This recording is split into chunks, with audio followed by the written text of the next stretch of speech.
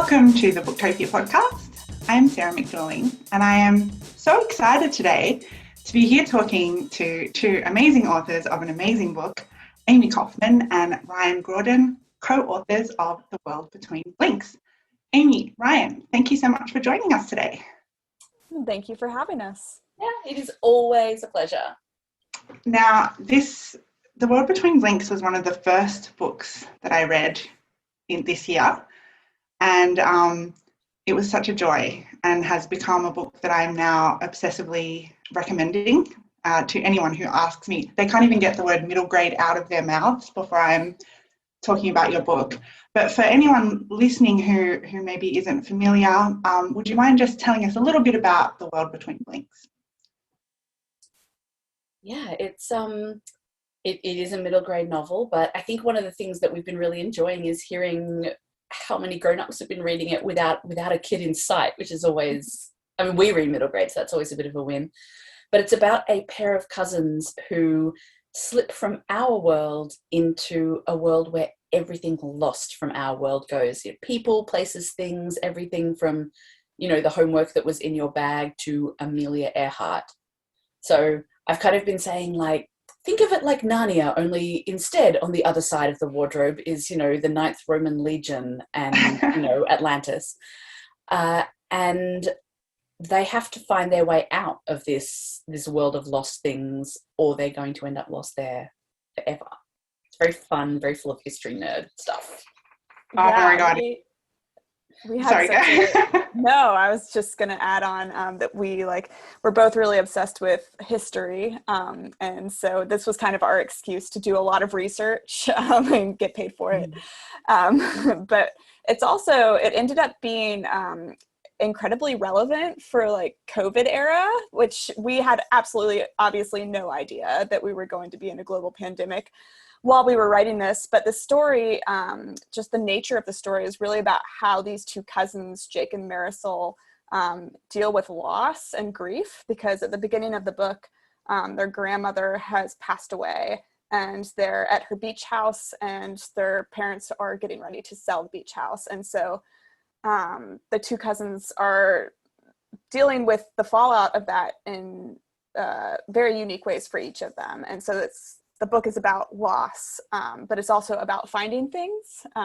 The fact that it came out at this time was really weird and serendipitous, I guess. Right. Yeah. We had no idea, but yeah, to write something that's about learning how to let go of things. Yeah. And we've all just finished letting go of, because it's not just about letting go of someone who's died. It's, it might be moving to a new school or moving to a new house or letting go of the year you thought you were going to have. Yeah. It was so beautifully done in the book. And I wanted to ask about, because the nature of how you approach loss. I mean, this is a book about lost things. It's a book about lost people and lost myths and lost memories. But Jake and Marisol learn two quite different lessons about managing grief that are both profoundly true and yet kind of opposite of each other. So learning when the importance of holding on, when it's important to hold on, and also how sometimes you need to let go. I guess my question is, wasn't that extraordinarily difficult? Did you worry about cancelling out one lesson by delivering the other one? Because spot on work, you absolutely did it, and I was in tears several times, but I imagine it would have been quite hard.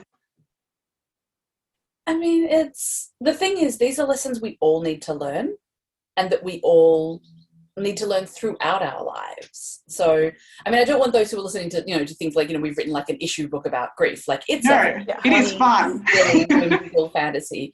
But also this, because, we can be lots of things. But I mean, I think one of the things that Ryan and I were thinking about a lot as we wrote was the fact that we all have to learn these lessons as we go on through life. We have to learn that sometimes things are worth fighting for and holding on to, but that sometimes things are also worth letting go of, or that holding on to the physical version of them doesn't mean that you've really held on to them at all. And I mean, we were both writing about our own grief from losing parents as we wrote this book.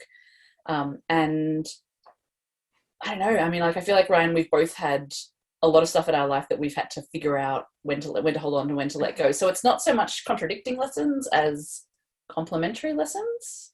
Two sides of the one coin, I guess. Yeah. And Jake, especially, like, his arc, he was modeled after what a lot of people call a third culture kid. And that is a child who grows up traveling all over the place and doesn't really feel at home in their home country because they haven't spent much time there, but also never feels at home wherever they are. So my husband grew up, he was a third culture kid, and he has talked a lot about how goodbyes are, when he says goodbye to someone, he just assumes he'll never see them again. And so he processes grief very differently than I have. And so I was like, Jake's arc was a way for me to explore that third culture kid mindset and mentality. And it was so well done to go from chapter to chapter and be like, you hold on, Jake, don't you ever let go. And then you're over with Marisol and you're like, okay, you might need to let go of this. But I mean, because we both have that, so like we all have that in our daily lives, right? Like we all have. I mean, the reason that there was a Marie Kondo fad was we all know that we hold on to stuff that like the stuff isn't the thing, you know, like what's important is not embodied in that stuff, and you have to learn to let go of it. But we all also have these moments that instinctively we know are precious and we have to hold on to. So we've covered a bit about how beautifully you write about grief in the book, but I do think we should stress that this is a super fun read, and it's a great, wonderful adventure. Like so many adventures where kids go off to different worlds, they do come back having learnt lessons, but most importantly, they come back having had a wild adventure. So let's talk about all of the amazing creatures and monsters and historical facts in this book. Did either of you, in researching this book, like, what was the coolest thing you learned? Oh man. So like I said before, like usually whenever I like start writing a book, I use it as an excuse to like research a time period or something that I'm super interested in. But with this book, it was really cool because we just got to like jump around to all sorts of different famous people and eras and like people who I was really fascinated with when I was in school. So, I mean, I think most school children are obsessed with what happened to Amelia Earhart. And then Nessie was like a huge childhood obsession of mine. So we had to slip Nessie in. But I think some of the really cool facts that we learned were things like that Queen Nefertiti, she liked wearing dark blue wigs, but no one knows what she actually looked like. There's no real record of, what her appearance was, except that she liked wearing dark blue wigs. And then another cool factoid that I found out was that there's Port Royal in Jamaica. It's disappeared into the ocean, and so now it's in the underwater city complex in the World Between Blinks. But before it vanished from our world, it was a port for lots of nefarious pirates, including the famous Blackbeard, who he partied really hard there, and he met a howler monkey who he loved so much that he named him Jefferson and then took him on his ship to have adventures. So it's just like stuff like that seems like it belongs in a book and is actually real life, and so then we put it in a book. Yeah, I mean, that's why we ended up having, in the back of the book, there's an appendix that tells you about all of the historical stuff you find. And part of that was because we just kept saying to each other, no one is ever going to believe this is real. They're going to think we made this up. But every detail that's in the book is real. If we didn't know, we didn't put it in. So like that's why Nefertiti's wigs get described. But, you know, we don't mention the color of her skin because we don't actually know. And there's a huge range of options there, but, you know, as there was in Egypt at that time. I think for me, the stuff that fascinates me the most is places, because I love walking around, you know, abandoned and lost places and kind of imagining what it might have been like or who might have lived there and what their lives were like. So there's a market that the kids go to in a Roman town called Ostia Antica, which I've been to. And at the time, I visited, it was years before we started working on Blinks, and I went there with my husband and a friend who is an expert in ancient Roman history, and she took us through and she showed us, dug up, brushed aside the dust and showed us bits of mosaics, and took us into little sort of half-ruined buildings and explained, this would have been a stall, and the guy would have stood over here, and the goods would have been on the counter here. And I just, I wandered through it and I thought, I wonder what you were like. I wonder who you were. I wonder how it looked when it was alive. And so getting to bring it to life was amazing. And we went back to that friend of mine, and she supplied all these fantastic details, like Jake and Marisol walked past all these big statues of wrestlers, because the wrestlers were the celebrities of the day, and there were big statues of them down the middle of the street. And there's even little bits of graffiti and little signs that say donkey for hire. They have been found in Ostia Antica. So, there are records of them. So every little detail that we put in is a real detail. But, whether it was there, or whether it was the underwater cities, I found a Roman underwater city that used to be the Vegas of the ancient world. I'm like, what? Why don't we talk about this more? There's a lot of stuff that I was like, why don't we talk about this more? But yeah, for me, it was exploring the abandoned places and then getting to do what I've been doing my whole life and actually imagine them alive was really, really cool. I loved getting to the appendix at the end. Going through it really sparked off some interesting Googling spirals for me. Oh, yeah. Yeah. Yeah. And I think that's the joy of this book. I think while you're reading it, kids are going to just take at face value. A lot of what you've put in there might be made up, but getting to the end and realizing how much of it is real, but all squished together in one world in this fantastic way. Can we talk about how cool Oz is? Just for a moment. Yeah. What a beautiful pet. Yeah. So Oz is a Tasmanian tiger. The idea is that as a species becomes extinct, just a few representatives of it slip away into the world between blinks to represent the whole of the lost species, and Oz is one of them. And Oz is a slightly mysterious animal companion who, doesn't do anything that a Tasmanian tiger wouldn't do, but also just seems to know everyone and seems to kind of know everything and acts as a bit of a guide and a pass. Everyone welcomes the kids because they're with Oz. And we spoke to the Tasmanian Aboriginal Centre because we didn't just want to say Tasmanian tiger because, that's the name that white settlers gave when they came along. So we spoke to them and got permission to use the word Kaparunina instead. Just the once, because again, the kids aren't First Nations, so we didn't want to do that either. But we wanted to sort of reflect the fact that, one, that species is extinct because of white settlers, but that two, it was there before white settlers came along and named it. But Oz is great. Oz is addicted to snacks. Oz is, kind of mysteriously, for everywhere they go, people are like, oh, hi, Oz. But you never quite find out. We know, but you never quite find out how do they know Oz? How did that happen? He was one of my favorites. I have to say, out of all the people and things we meet in the world between blinks, my favorites were Oz and Amelia Earhart, because how can you not? Is one of you more of an Amelia Earhart fan than the other, or was it a mutual love? I think it was mutual. It's mutual, but I think Ryan went a little deeper in the research than me. Yeah. And brought back cool things like the smelling salts and stuff. Yeah. We tackled research. We kind of assigned, we gave each other homework assignments basically. So, Amie was like, okay, you take Amelia Earhart and the Frost Fair and X, Y, and Z, and I'll do Percy Fawcett, the Lost City of Z, and all of these things.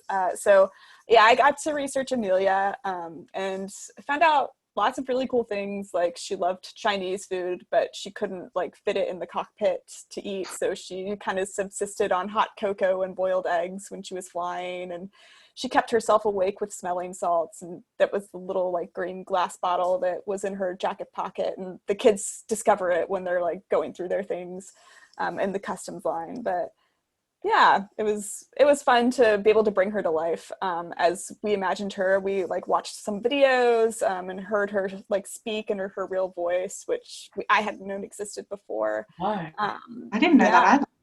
Wow. Yeah, there's like a few clips where she's talking about her flight, and you know, it's a very like 1940s, 1950s accent, like, you know, the very, hey there, like, you Like know, Catherine TV impersonation.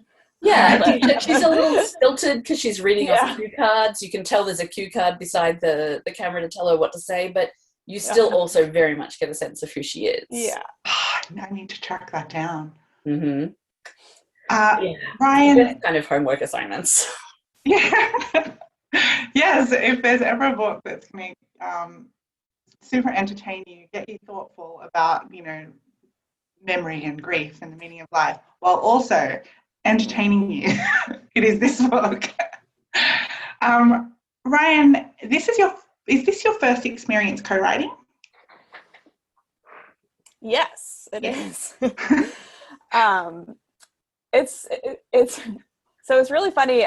Literally like the week before Amie emailed me to like propose that we write this book together, I was like, I wonder if I could I think writing a book with Amie would be really fun. And so it's like one of those like serendipitous moments where a week later our agent like posted something on social media that was that inspired us to like start talking about the idea. And Amie was always the person I would want to co-write with, so it worked out pretty well.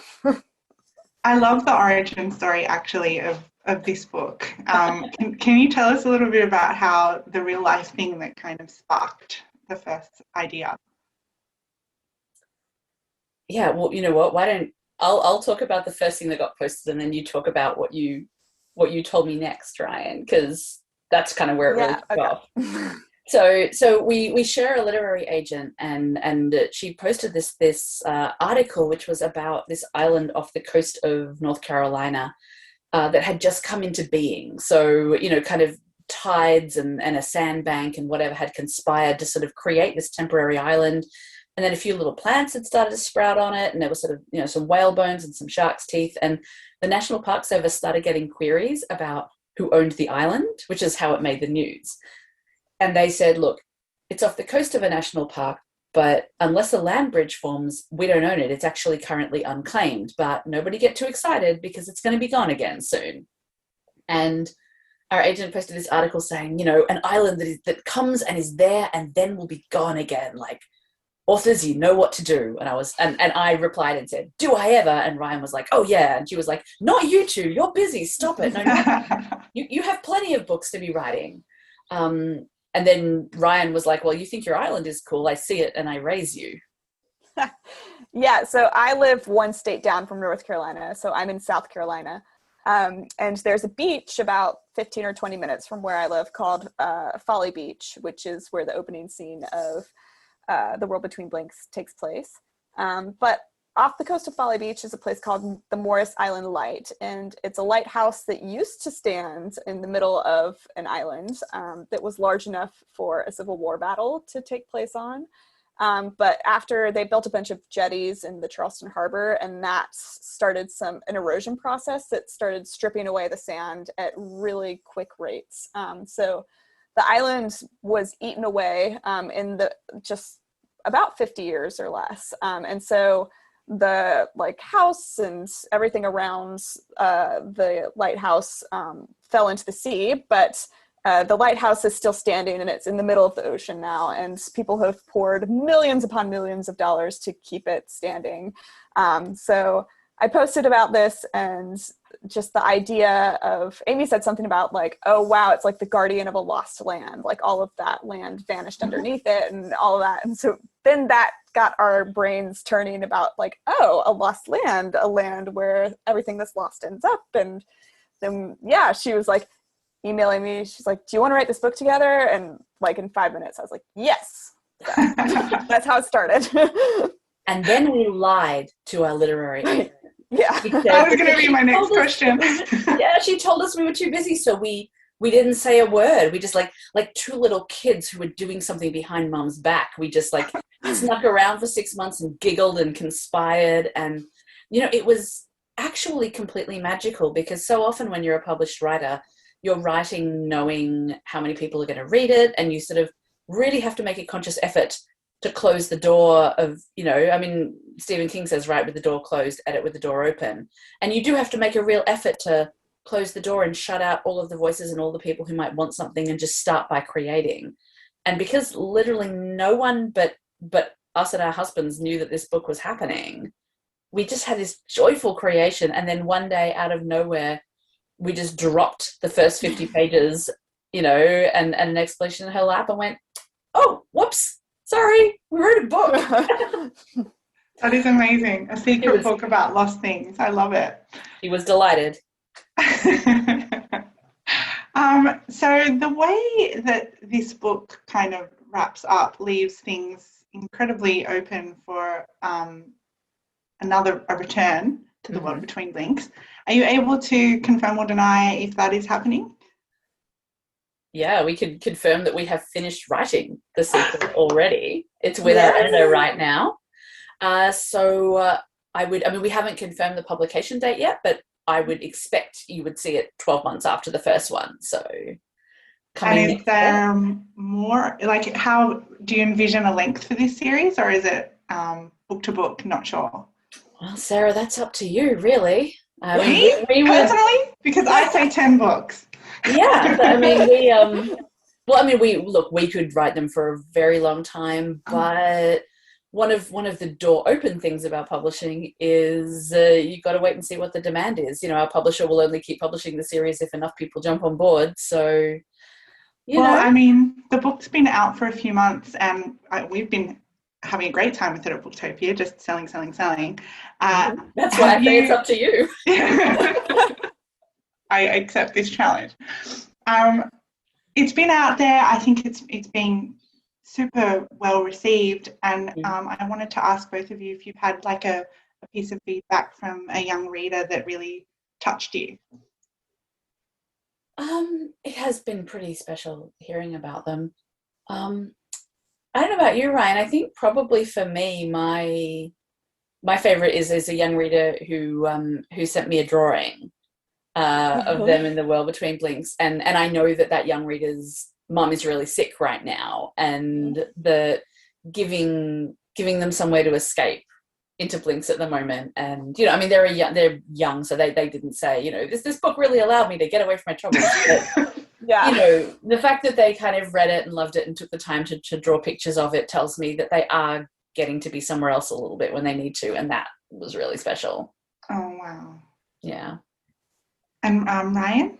Yeah, there was a kid at the book club we were answering questions the other day for, and she was like, I really love this book. I have read it. I'm on my third time reading it. And I was like, it hasn't even been out for a month yet. And wow. That was amazing. So that was really cool. And then I think some of the most powerful feedback I have gotten is from parents who are reading this book to their kids, who then in turn have expressed to me and Amie and I that it's helped them process their own grief of losing loved ones, or, you know, something like that. And writing it, especially for me, I wrote it while I was losing my mom. And so a lot of that is me processing my own grief. And so to hear that it helped someone else through their own personal journey with that is really gratifying. Yeah.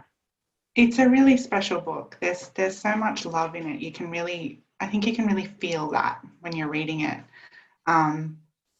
Yeah, it was, I mean, I feel like we all say this all the time, but like, it was a particularly special book to write. It was the whole time we were writing, we knew that something was happening while we were doing it. We knew we were writing a particularly special story. And I mean, I don't know what book I was talking to you about on the podcast, Sarah, but I remember telling you about one of the 4 that came out last year, maybe. Oh, you mean my 4 pandemic novels? Yeah. And a novella, let's not forget. Oh God. But no, I remember saying to you at the time, like, it's tricky because you kind of want to grab people by the lapels and look them in the eye and say, no, trust me, this is really special. But of course, we all say that about all our books because, you know, we all feel that way. But it is, I've sort of been trying to say to people, like, if you need a bit of an escape right now, this, we got it for you. This is the book, you know, we took such joy in writing it. And I think that does come out of it. I think you feel it when you read it, how joyful it was.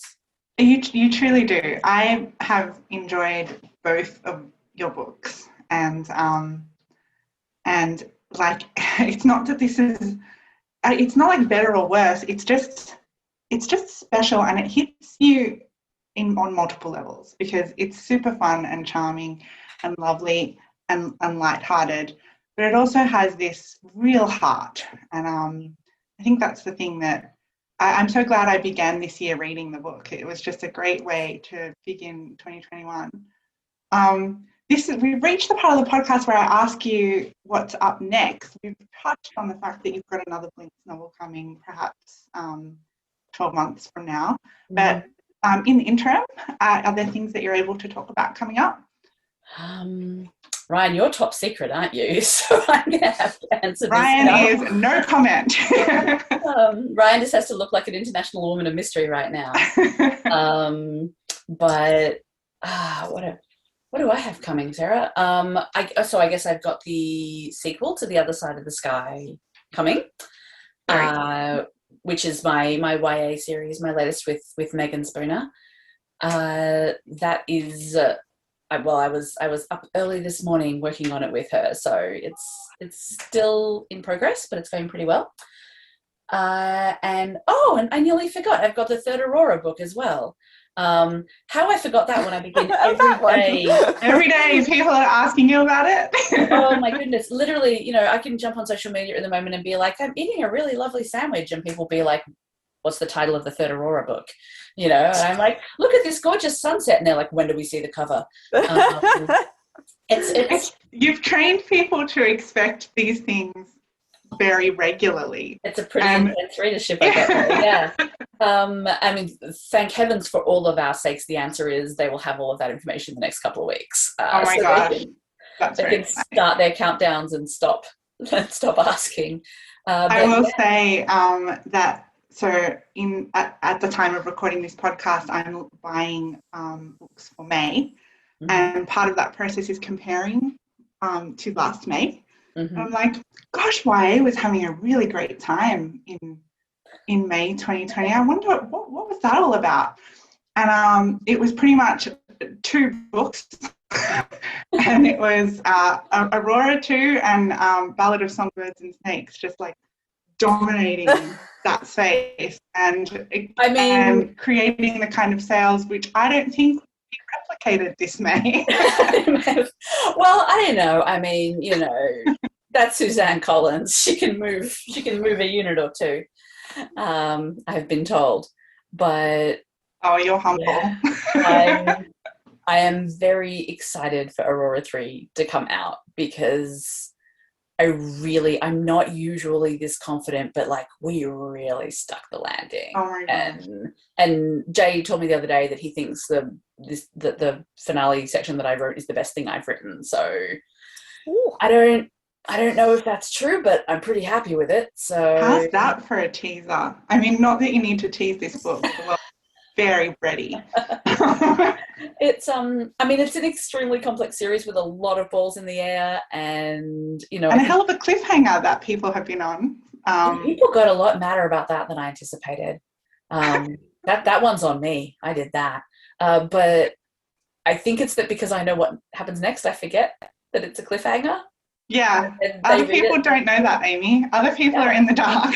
No, I see that now. I see that. This is why you get yelled at on Twitter all day. Yeah, no, I did do this to myself. I understand that. But yeah. It's yelling from love, right? It is, but gosh, there's a lot of it, Sarah. Oh, really? Yeah, and it's quite loud sometimes. But that's okay. It's from love. But anyone who's upset should go back and reread to prepare themselves. Right. Yeah, they'll be fine. Yeah. I'm braced for when you and Jay come out with a title or a cover, the kind of internet breaking response that's going to happen.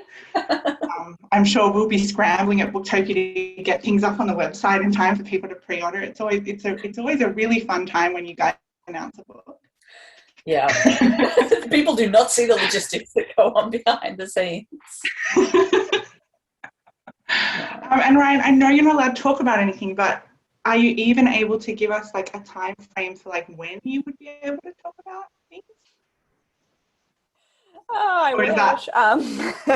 Well, so I have a lot of irons in the fire, I will say right now, and they range all the way from middle grade to YA to adult. So hopefully at some point within the next year, I can say when my next book will be coming out. But yeah. I love it. There is one in particular.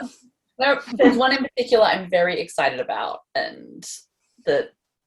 Yep, I'm going to be. You just can't say anything. No, I just can't say anything. But no, I'm going to be ready to be a hype machine when it's time. I look forward to hearing all about it. So we're a bit over time. We'll have to wrap things up. Yeah. But Amie and Ryan, I wanted to thank you both so much. Oh, thank you for having us, Sarah. Your support for the book has meant the world, but also I think what listeners might not know is that for me, like, I've never released a book until Sarah has given it the stamp of approval. Oh my God. Because Sarah buys the books at Booktopia, she gets to read them early. And for me, it's like not a release until I get a Sarah McDuling email being like, yep, you did it. So, that's amazing. No pressure, Sarah, but I'm very, very touched by that. Really? And I love reading them all, and especially this one. And podcast listeners, you can grab your copy of The World Between Links by Amie Kaufman and Ryan Graudin, as well as all of Amie's previous books and all of Ryan's previous books online at Booktopia or at your local bookstore. Thanks for listening, and never stop reading.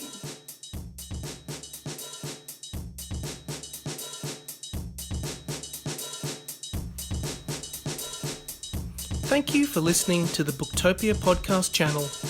Don't forget, you can subscribe to us on SoundCloud and iTunes for free and get access to hundreds of author discussions, book analysis pieces, and more. Or, if your eyes need a workout, head to Booktopia TV on YouTube. Don't forget, for all books featured in this podcast and for access to a whole bunch of other fun content on our blog, head to Booktopia, Australia's local bookstore, at booktopia.com.au.